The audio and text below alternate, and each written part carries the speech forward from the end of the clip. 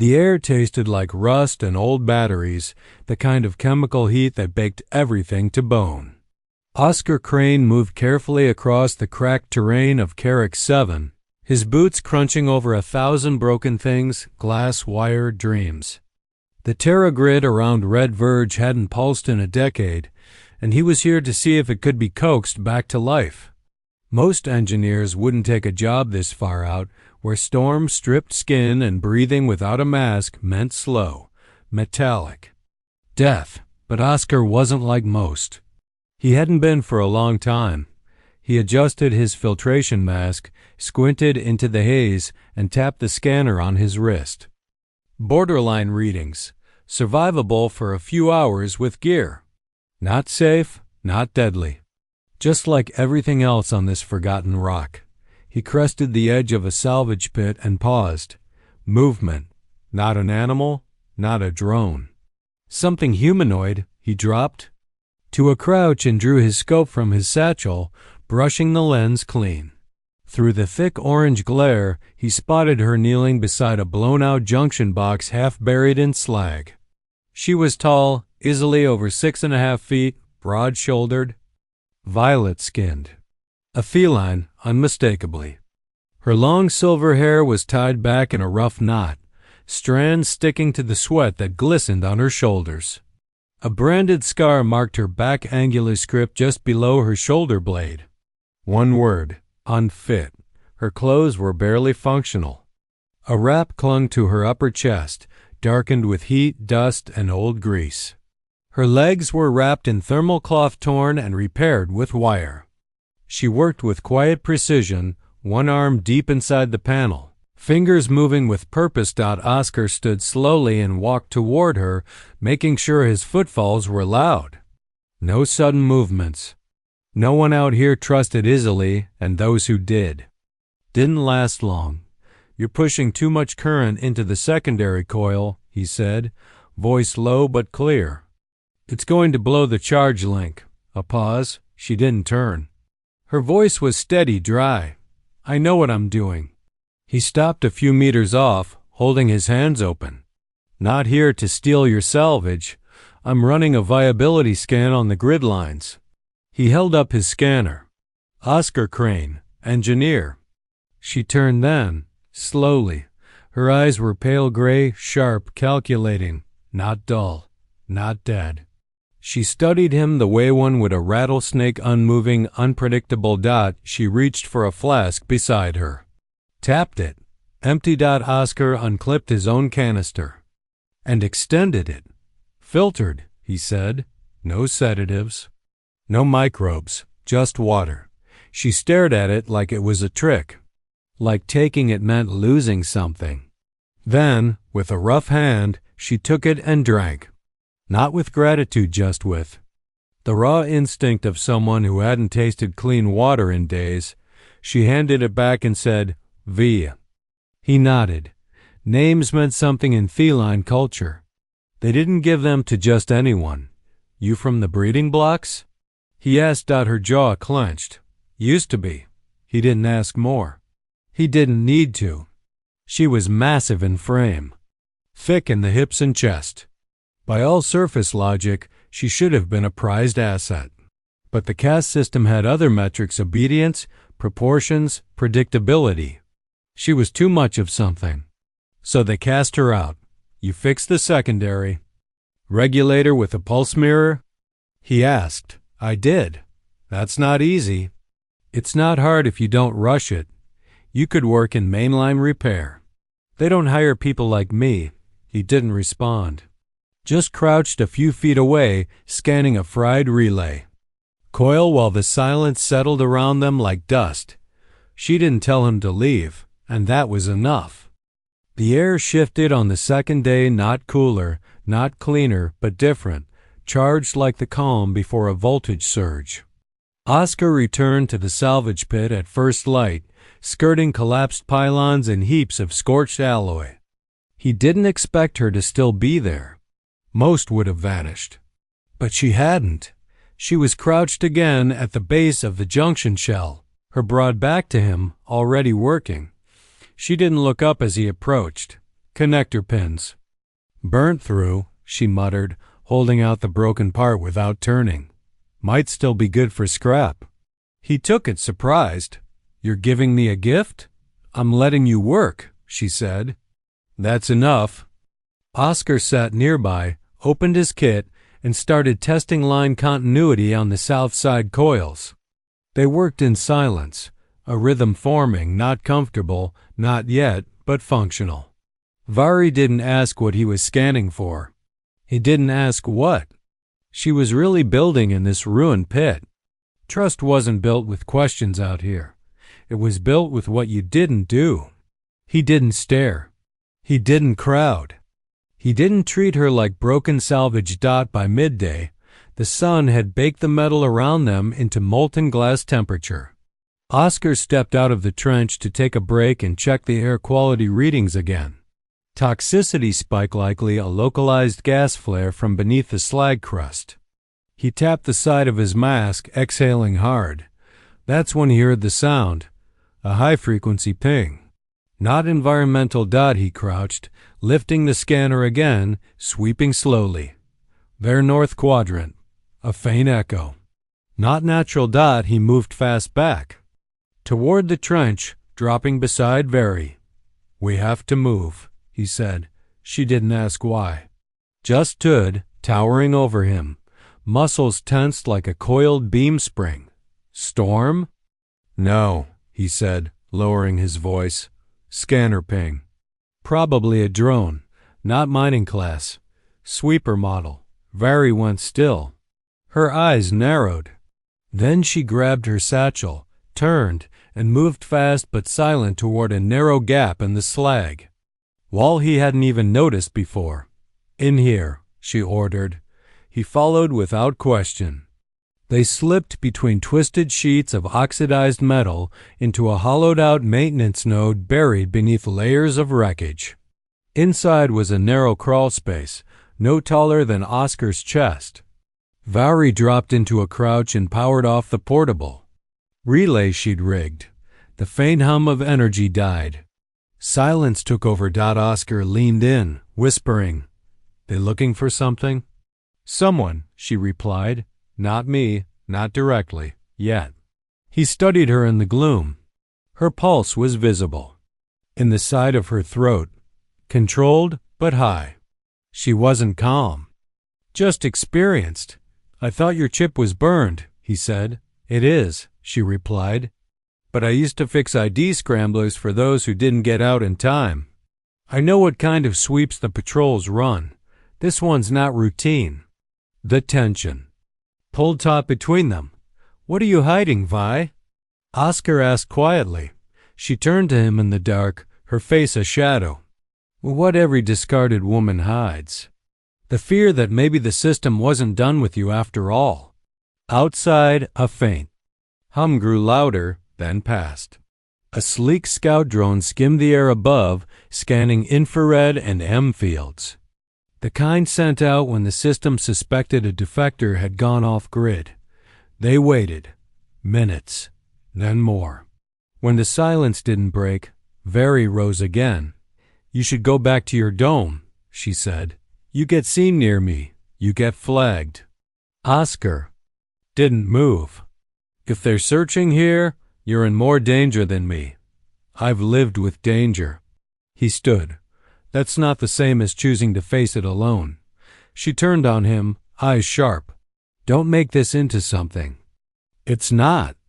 "What is it then?" he asked, stepping closer. "I keep showing up and you keep letting me. If you wanted me gone, you could have said so." "I don't have time for hope," she said, voice shaking just slightly. "Hope makes people soft, makes them believe they'll be saved." "I'm not here to save you," he said evenly. "I'm here because I see you.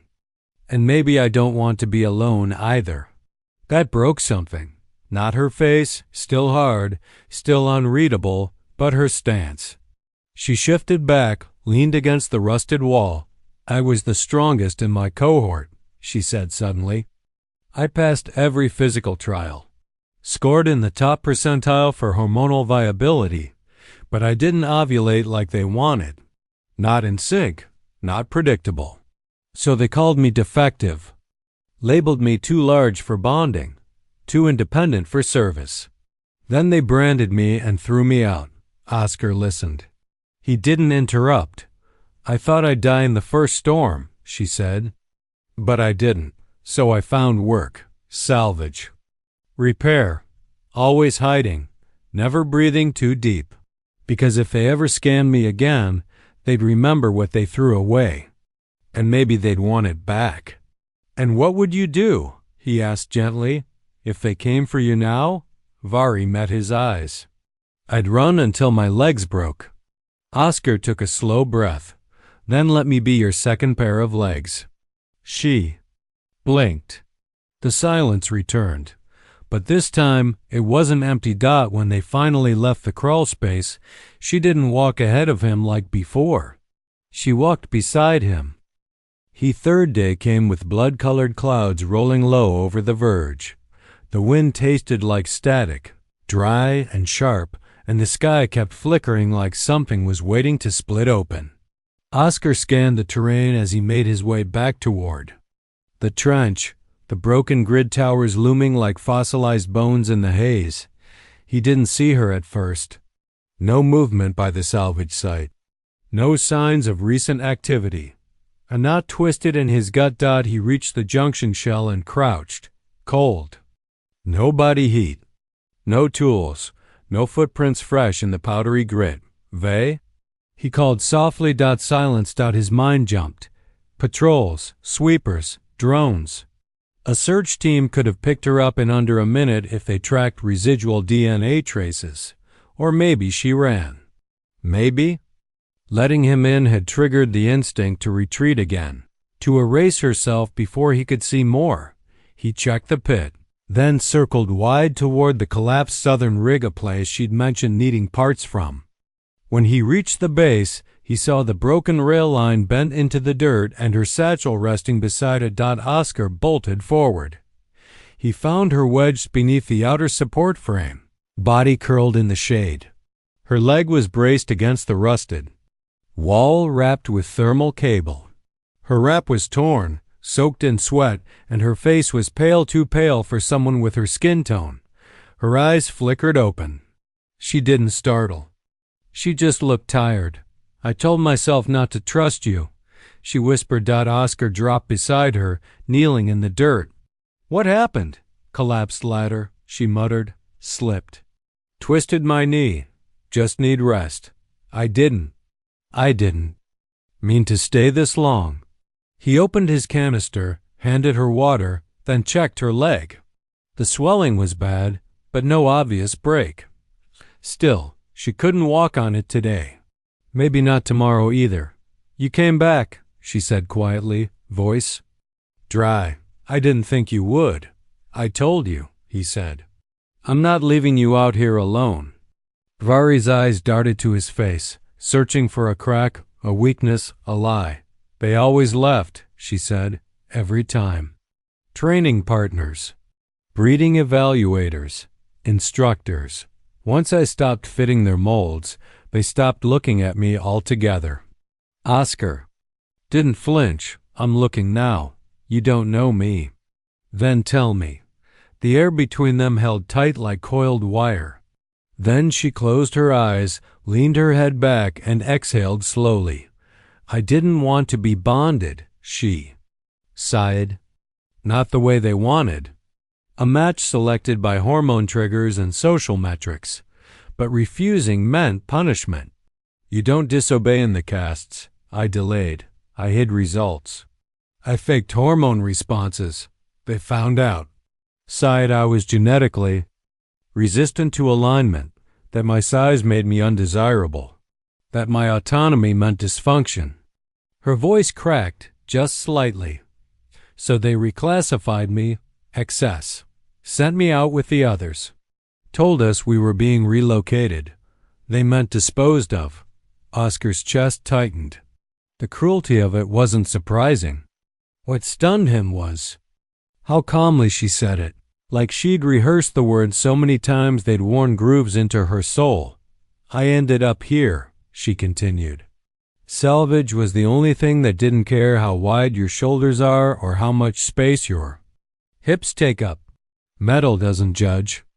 Oscar sat back quiet, watching her breathe. Then she asked something he didn't expect. "Do I scare you?" "No," he said immediately. "Not even my size?" "No. What about the fact that I could probably carry you across a desert on one arm and still crush your ribs if I sat on you wrong?" He smirked, just faintly. "You say that like it's a bad thing." Her eyes widened slightly. Then, to his surprise, she laughed just once, low and rough, but real.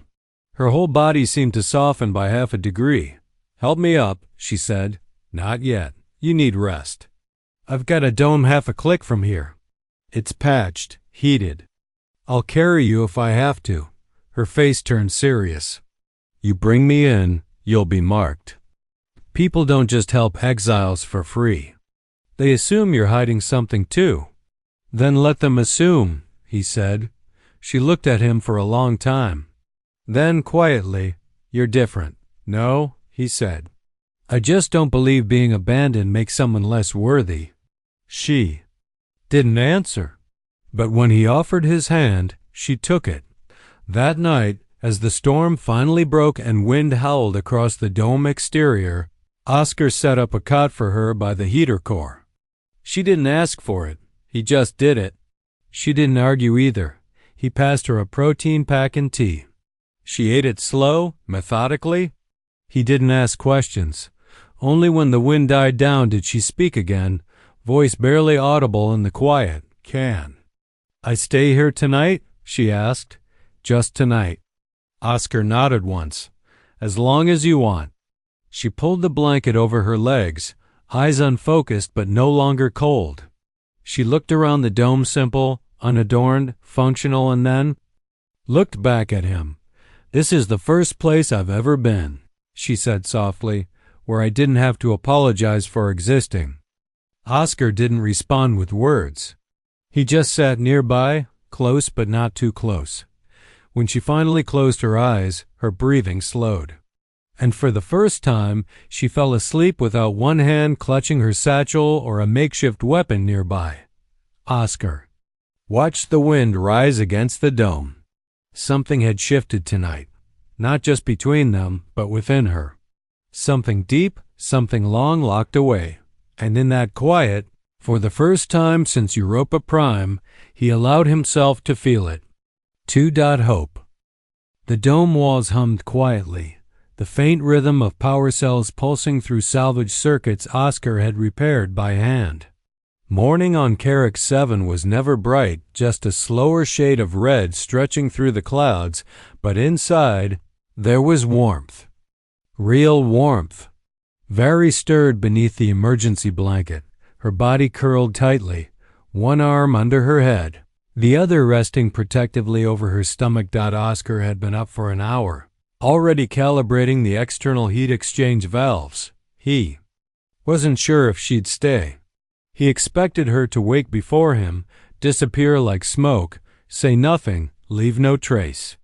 That's what fear taught people like them to do, vanish before the world could claim them again. But she was still there. He didn't speak when she sat up, just handed her a tin of warmed water laced with vitamins. She took it without a word, drank slowly. Then she said it. "I'm late." Oscar blinked. "Late? My cycle." She didn't look at him. "I track it. Always have. Ever since the breeding blocks, they trained us to. If you were even a day off, they'd isolate you, study you, treat you like faulty equipment." Oscar sat down across from her, trying to read her face. "How late?" 5 days. He didn't speak. He knew enough about feline biology to understand what that might mean. Knew enough to know it wasn't guaranteed. But it wasn't nothing, either. "I've never been late," she said again, more quietly now. "Even when they pumped me full of hormones, nothing. I was never viable enough to take. My file said null probability. They gave up eventually. Marked me excess and moved on. And now?" She hesitated, then met his gaze. Now I feel different, like something's changed inside. I can't explain it. I just know. Oscar nodded slowly. Do you want it to be true? She didn't answer right away. She turned her head toward the dome's viewport, watching as a weak light filtered through the stained glass plating. Then she whispered, I don't know. I was taught not to want anything.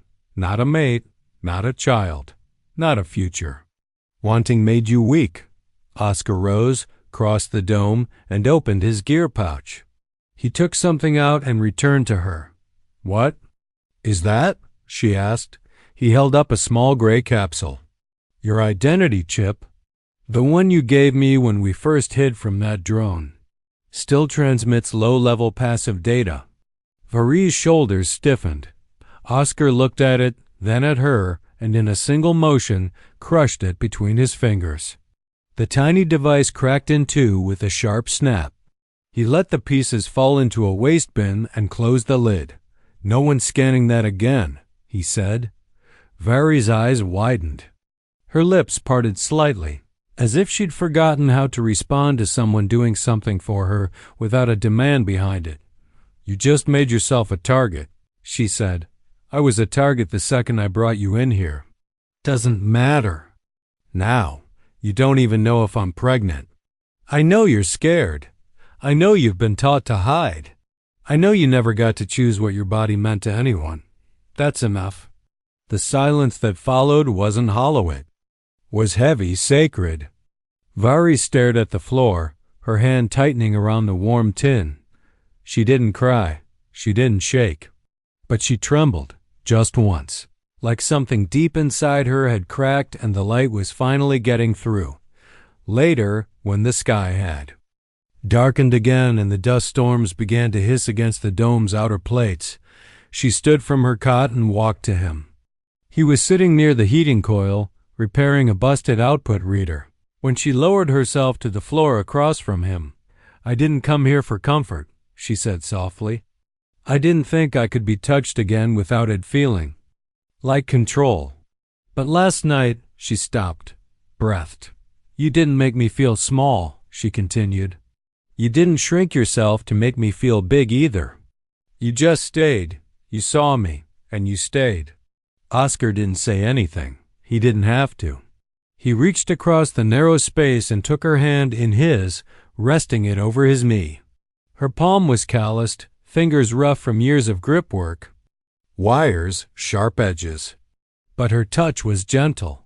You think I might be carrying something, she said. Something alive. Something no one ever expected to come from me. I don't think, Oscar replied. I believe.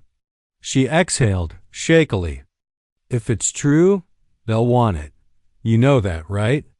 If the directorate finds out I'm pregnant, especially with a hybrid, they'll take me. Take it, study it. Break it apart and log every cell. Oscar's face darkened. Then we don't let them find out. You'll go to prison. I've been there, he said quietly, 5 years ago. Different walls, no bars, just silence and guilt and airlocks. I lost everything trying to do the right thing. I'm not making that mistake again. Her jaw clenched. She looked at him like she couldn't believe the words, even as she held on to them like a rope. I don't want to run, she whispered. Then we don't run, Oscar replied. We move, we plan, and we build something they can't destroy. She leaned forward, her forehead touching his. Her breath was hot against his skin. You believe I'm worth saving. I believe you're worth building a life with. Outside, the wind howled harder now, and something metal clanged against the dome's outer plate. But neither of them flinched.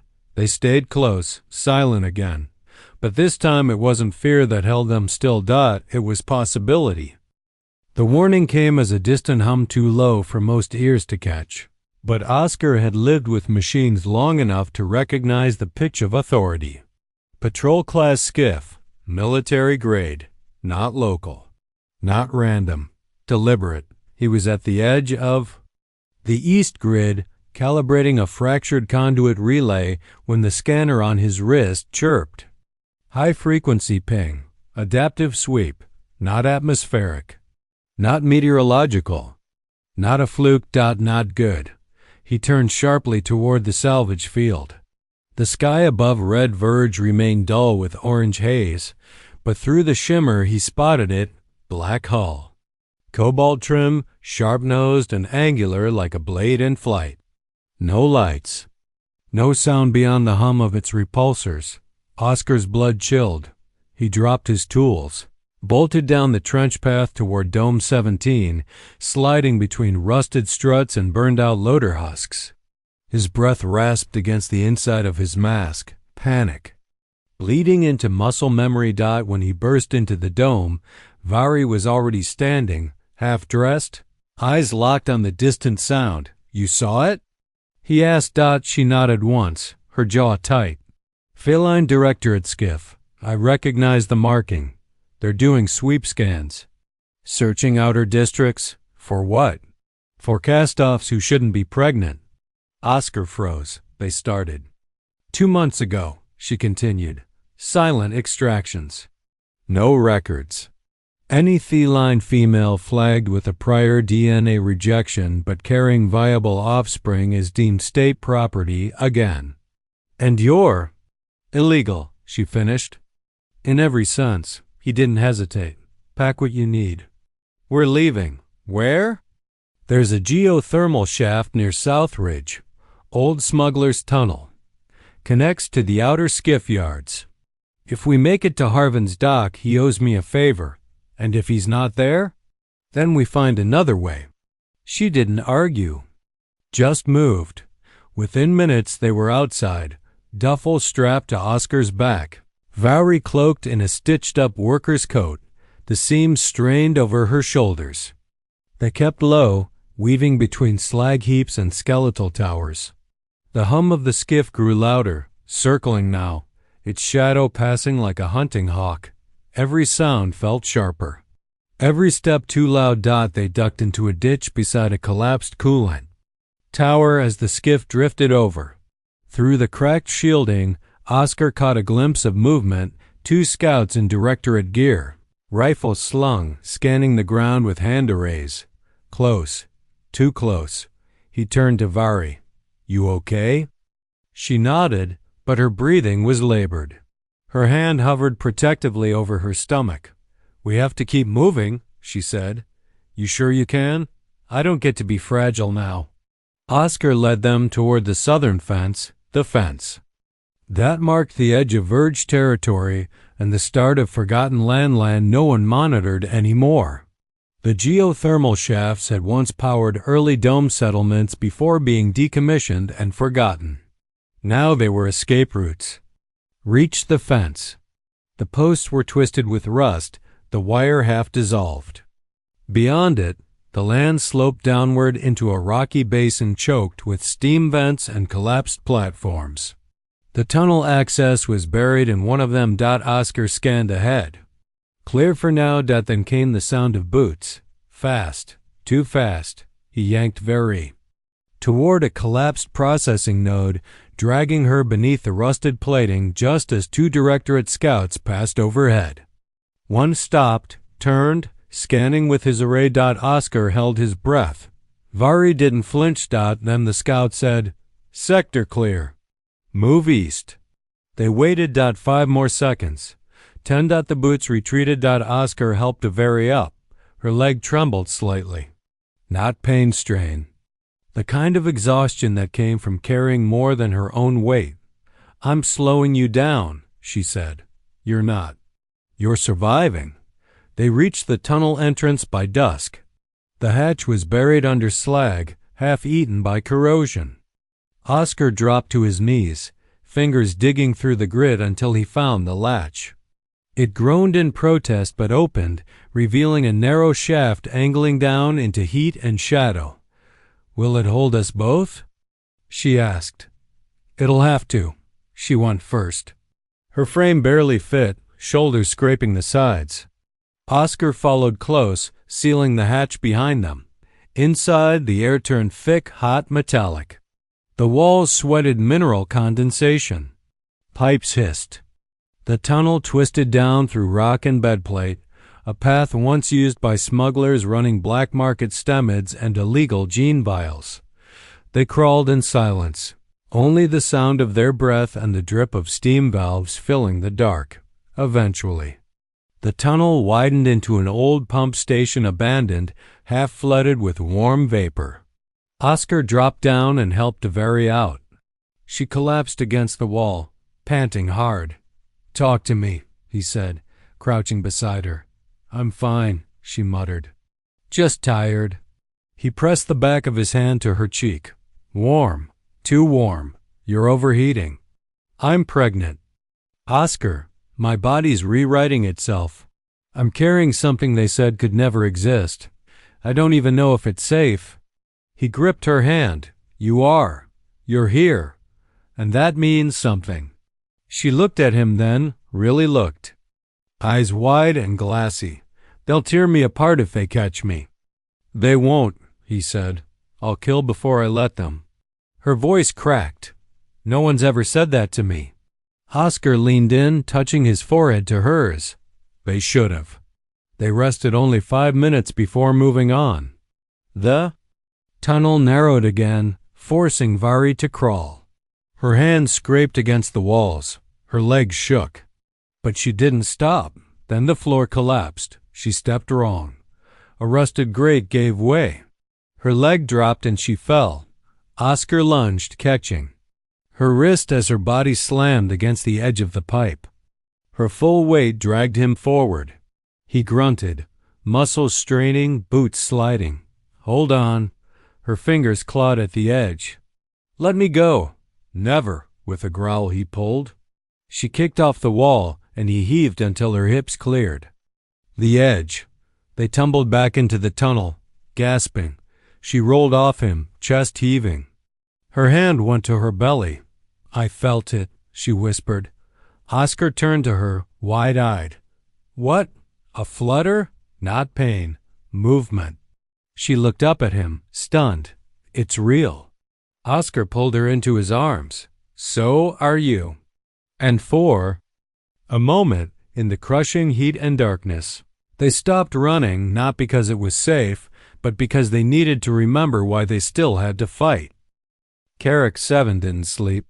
Even when the wind died and the sky dulled to a choking haze, the planet stayed awake, creaking, grinding, whispering through broken machines and scorched metal like it remembered everything it had buried. Oscar and Vari reached the end of the tunnel just after nightfall. A heavy rust-stained hatch sealed the exit. Oscar unlatched it with shaking hands, his arms still sore from dragging Vari out of the shaft. When it opened, the air that rushed in wasn't cool, but it was clean enough to breathe without filters. Above them stretched the dark slope of the South Ridge, and beyond it, a sliver of horizon blue-black and pulsing with distant heat signatures. They were close. Vari climbed out slowly, her movements labored. The stitched coat she wore clung to her frame, soaked with sweat. Her knees buckled when she stepped onto the ridge. Oscar caught her. "I'm fine," she hissed, brushing his hands off. But she didn't step away. "You're not fine," he said. "You're burning too fast. I don't have time to slow down." "We make time," he said. They crept across the ridge in silence. The soil was brittle and sharp, split into wide plates from decades of heat fractures. Every step cut into the solace of their boots. The wind whipped sideways, stirring grit into their eyes. And ahead, just over the rise, the old dockyard waited. Oscar raised his hand, signaling a stop. Down below, parked crooked on a scorched landing slab, sat a black and blue skiff, not Harvin's. 2 Directorate scouts were standing at its side. One scanned the dirt. The other paced, a hand on their sidearm. Vari ducked beside a mangled girder, breathing hard. Her hand clutched her belly. Oscar crawled next to her, whispering low. "We backtrack. Take the well shaft around the south platform. Pop up behind them." "No," she said. voice like steel. "They're too close. I won't make it that far. If they catch us, they won't." She looked at him then. Her face was pale, her lips cracked. But her eyes burned. "You said we'd move," she whispered, "not run." "And we will," he said. "We just need 10 more minutes." They moved slow, controlled, using what little cover the slope offered. Oscar led, brushing aside scrap glass and twisted cables from their path. Vari followed, one hand gripping the jagged rock wall, her steps growing heavier at the far end. Of the basin, hidden beneath an old utility tower, sat the real skiff, battered, rust-streaked, but intact. Harvin hadn't left after all. Oscar's heart surged. He turned to signal Vari. That's when the voice rang out. "Hold it." 2 Directorate scouts emerged from the shadows, rifles raised, visors flashing. Behind them, a 3rd officer stood. At the base of the sleek skiff, lifting a cum to their mouth, Oscar shoved Vari behind him. "She's unarmed," he said, loud and clear. "She's pregnant." One scout stepped forward, weapon steady. "The feline female is classified state property. Unauthorized hybrid gestation falls under Genetic Statute 9B. You will surrender her now." Vari grabbed Oscar's arm, whispering sharply, "Run, now. I'm not leaving you." "You don't get to choose that for both of us." Oscar stepped forward. No plan, no logic, just instinct. He charged the nearest officer. The scout fired, but the shot went wide as Oscar slammed into him, knocking the rifle aside. They hit the dirt hard. Oscar drove his elbow into the man's visor, then scrambled for the weapon. Another shot. Another shot. This time the blast seared through Oscar's shoulder, spinning him sideways. Pain exploded in his chest, but he didn't stop. He gritted his teeth, grabbed the rifle, and fired once into the ground near the 2nd officer's feet, enough to stagger them back. From across the field, the other skiff roared to life. Harvin's voice crackled over the loudspeaker. "You two gonna dance with them all night or get on board?" Vari ran. She crossed the distance in 6 brutal strides, her leg dragging, every step looking like it might be her last. She reached the cargo hatch just as it opened, turned, and saw Oscar stumbling toward her, blood streaking down his arm. "Jump." She shouted. He pushed off the ground, sprinting as fast as he could, and leapt. Vari caught his wrist, hauled him up with all her strength, and collapsed beside him as the hatch slammed shut. The skiff tilted hard, engines flaring as Harvin launched them into the night sky. Below, the scouts scrambled. One fired upward, but the shot ricocheted off the hull. They didn't follow. They didn't have to, because Oscar and Vari were already gone. The cabin lights inside the skiff flickered erratically as they climbed out of orbit. Oscar collapsed against the wall, clutching his wounded shoulder. Vari knelt beside him, her hands shaking. "I thought," she started, but couldn't finish. "I'm okay," he said through gritted teeth. "You got me out." Her hand moved to his cheek. She didn't speak. She just pressed her forehead against his, breathing hard. Then her hand moved to her stomach. Oscar's eyes followed. "You still feel it?" he asked. She nodded, almost disbelieving. It moved again. Oscar reached for her hand and laid it over his. "You're safe," he whispered.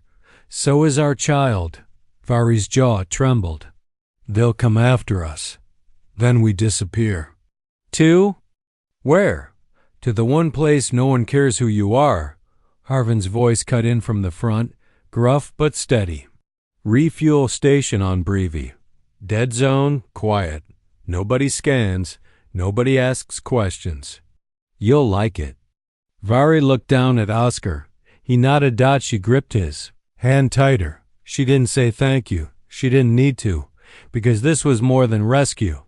This was revolution, in her body, in her mind, in the very bloodline they told her could never exist. She was no longer someone running from rejection. She was someone now running towards something worth dying for. The planet Brevi spun in quiet silence beneath them, soft gold and pale green, with wide moss forests, low oceans, and no starports that cared who arrived without a beacon. It didn't have government scanning arrays, no directorate terminals, no caste breeding blocks, just a battered old refueling station and the kind of silence that didn't punish you for taking up space. Harvin guided the skiff into an angled descent toward the outer rim of the main dome. "This is as far as I go," he said, voice calm. The medic inside's quiet. "She helps people who don't exist on paper.